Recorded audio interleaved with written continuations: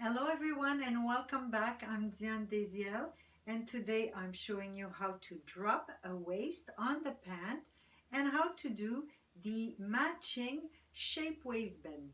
To drop the waist on the pant, you're going to start as usual by retracing your back and front pant pattern. Here I did a short, but it would be the same thing for pants. So just trace them all around. The next thing we need is to find out how much do we drop in the front and how much do we drop in the back. Usually the measurement is bigger in the front and less in the back. The reason why it's because when you do sit, your waist in the center back drops a lot. For today's example, I'm going to give you measurement. We're going to drop in the front 6 centimeter and in the back 4 centimeter. Now I'm going to measure my 6 centimeter and my 4 centimeter, and I'm going to trace a little square line about 2 centimeter long from center front and center back. Then you're going to separate your plan in two. Then we're going to turn both back and front so we have the waist close to us. Then find the middle of each dart. Then for each dart, you're going to retrace them, pushing a little bit on the first side of the dart towards the center and the middle line. I told you to push a little bit on your pencil because the folding is going to be easier to do, and that's what we'll do. We bring the first side of the dart over the second one, and you're going to fold like that the 3 darts and pin them in position.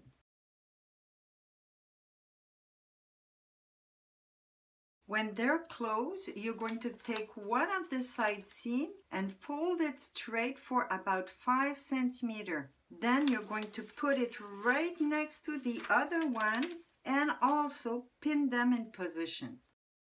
Now, as you could see, I put my weight on so my pattern doesn't move when I do trace my drop waistline, respecting the 6 centimeter that I did in the front and the 4 in the back. And you're going to start by doing little dotted line. When you're happy with the shape, you go ahead and fix it with your French curve. And just remember not to go lower than your 90-degree line. I lower my waistline, remove your pin on the side seam only. Then I'm going to ask you to move your pin below the new waistline. When your pins are moved, you could just cut on the new waistline.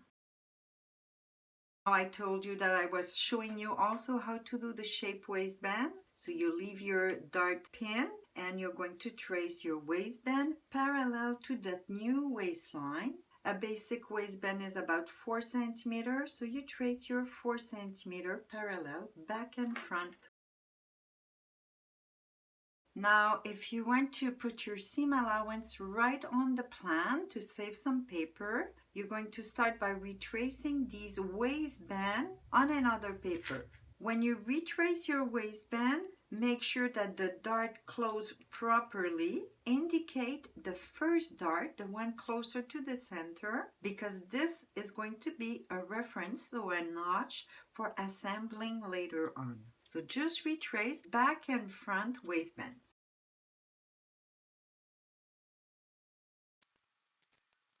Now I have my 2 pieces for the waistband. I'm going to ask you to put them aside for now, and we're going to finish the pant pieces. First, remove all the pins. Then we're going to look at what happened with the dart. Since we lowered the waist, the dart got much shorter, and also it looks like it's less deep. What I suggest here is that you eliminate the front dart by removing this value on the side seam, and also we'll do the same thing with the small dart in the back. So to eliminate these darts, you're going to measure the distance on top. In this example, I find 9 millimeter on the front and 1.2 in the back. So I measure my 0.9 inside here, and I'm going to retrace my side seam, both of them. When you do fix your side seam, you have to make a nice continuous line, but try not to go too far, not much longer than the original dart that you're removing. Then you'll be able to fix your waistline back and front, since those darts don't exist anymore. And we could put the seam allowance all around both pattern piece, your hem at the bottom, of course.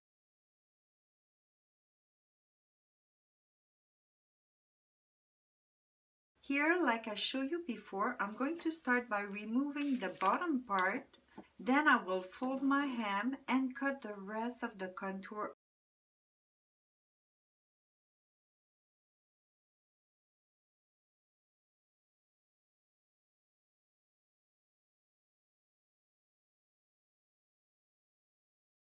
Now the pen pattern is finished. Just make sure you do all your notches for the zipper, the hip line, and the hem. Same thing for the back, so side seam, the hem, and the crotch notch.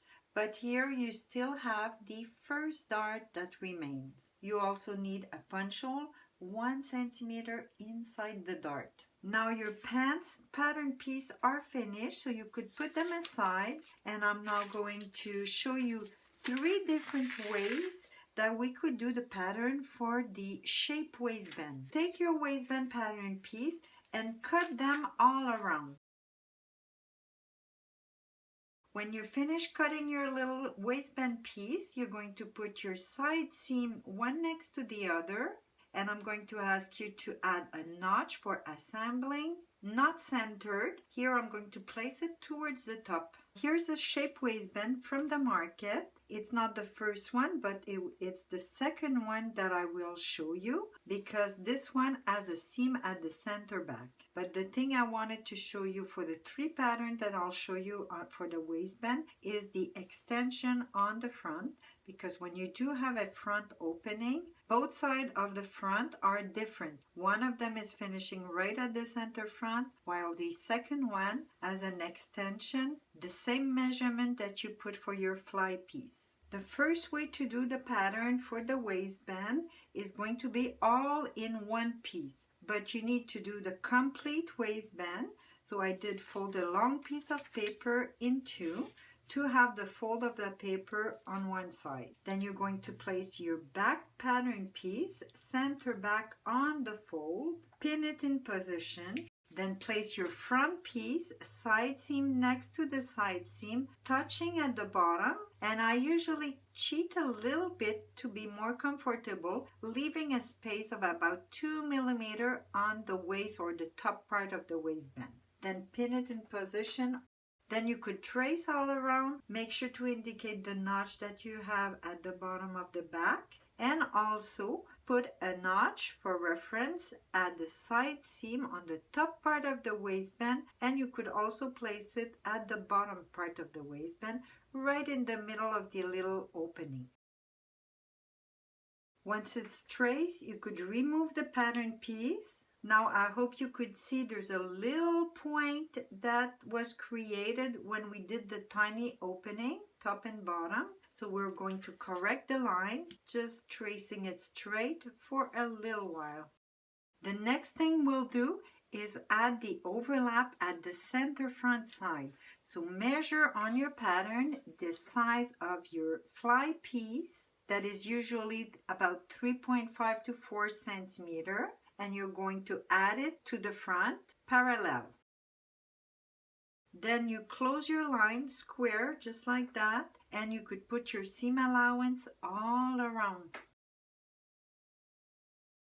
Now to make sure it doesn't move, I'm going to pin my pattern and cut all around.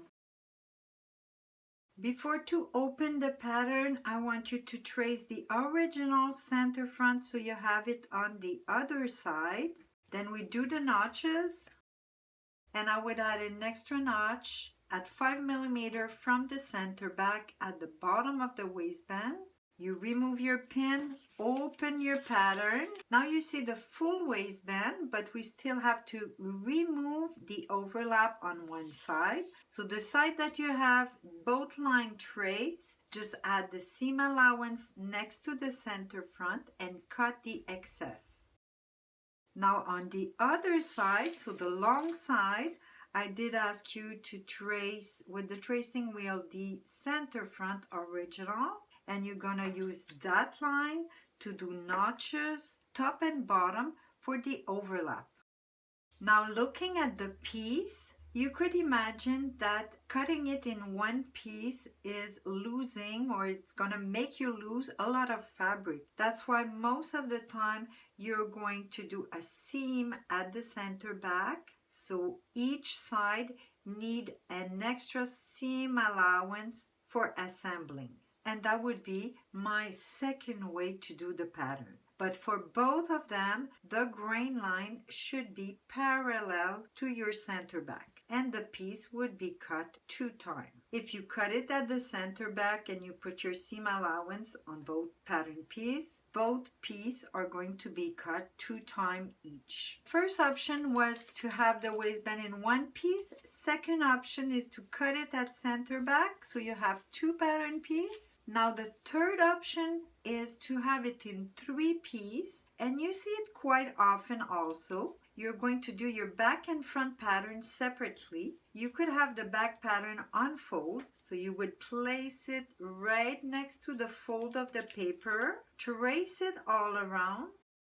When you do your waistband in 3 pieces, like what I'm showing you right now, you're going to use the little notch that I asked you to place on the side seam. So indicate your little notch and the bottom one that you have on the back. For this one also, you could just straighten the line from the bottom, adding like a millimeter, just a little bit on top to the width of the waist. Then we add the seam allowance. Now for the front, place it also on the double paper, pin it on, then trace all around. You notice here I also indicate my little side seam notch, and I'm going to do that 1 millimeter correction to the top of the waistband. Then here again on the center front side, I'm going to add my overlap for the fly. It has to match with the fly that you have on your pattern, so usually 3.5 to 4 centimeter, and you add it parallel. Then we're ready to put the seam allowance all around. Now pin your paper and separate.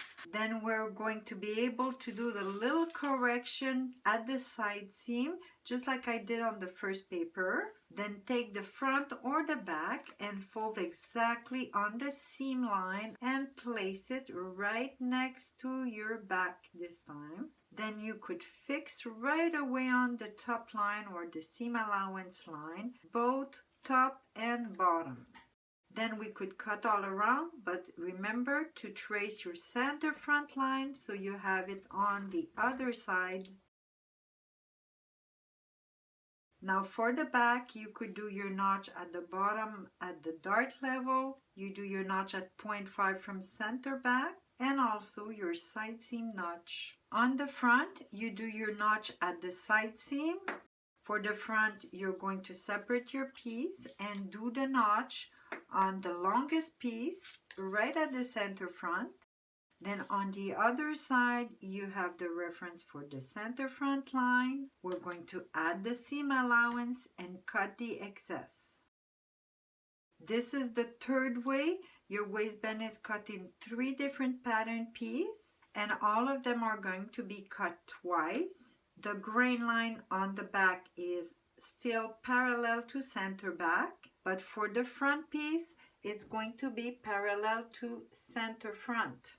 This is the way that is going to take less fabric because it's much easier to place small piece than larger piece. That's it for today. I hope you enjoy. Make sure you subscribe to my channel. Thanks for watching, and I see you next time.